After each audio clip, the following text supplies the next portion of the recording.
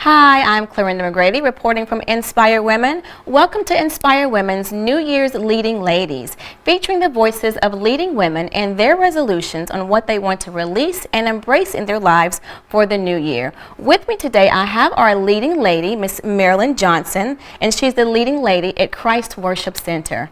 Mrs. Johnson, thank you so much for joining us. Thank you for having me. So Marilyn, as we reflect upon the year as it comes to a close, what are some things that you feel that God is calling you to release before going into this new year? I need to release learning to trust God with my tomorrow.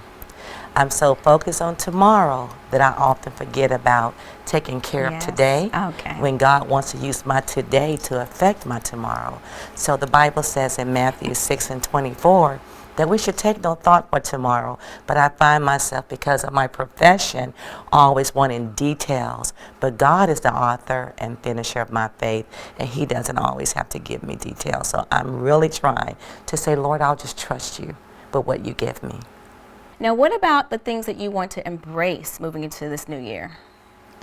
For the new year, what I would really love to embrace is probably in 1 Corinthians 12:9, the gift of faith, because what I have found is I feel like the little eaglet on the eagle's back, and when she flies very, very high and she turns over and she tells her eaglet, it's your time to fly.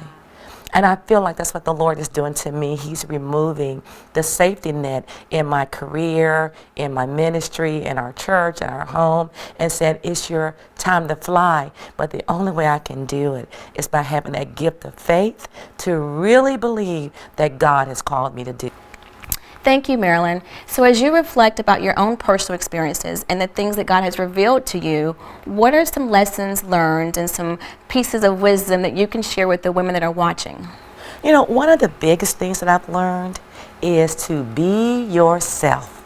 Yes. Because everyone else is already taken. Absolutely. And that God uses us in our personality, and He takes that into our sphere of influence, and He gives us everything we need. So I've learned to be myself. I've learned to forgive quickly and often so I can keep myself out of emotional prison. Yes.